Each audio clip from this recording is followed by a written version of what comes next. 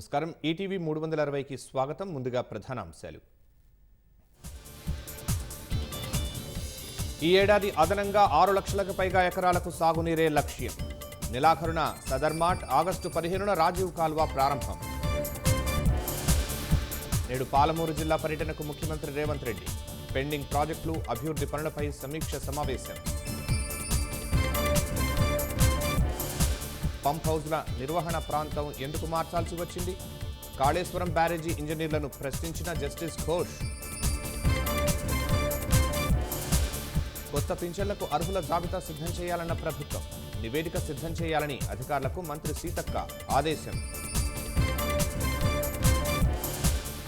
6 ఏళ్లు దాటితే ఉద్యోగ సంఘాల నేతలైనా ఖచ్చితంగా బదిలీ. తమను మార్చవద్దంటూ శాఖాధిపతులపై కొందరు ఒత్తిళ్లు. ధన్వంతరి ఇంటర్నేషనల్ ఫౌండేషన్ పేరిట ఖరానా మోసం.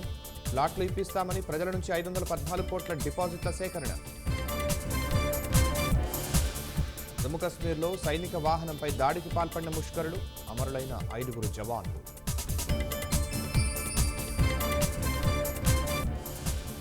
ప్రాంతీయ శాంతి సుస్థిరలకు మద్దతుగా నిలుస్తామన్న మోదీ. భారత్ రష్యా వ్యూహాత్మక బంధం బలోపేతమైందని వెల్లడి.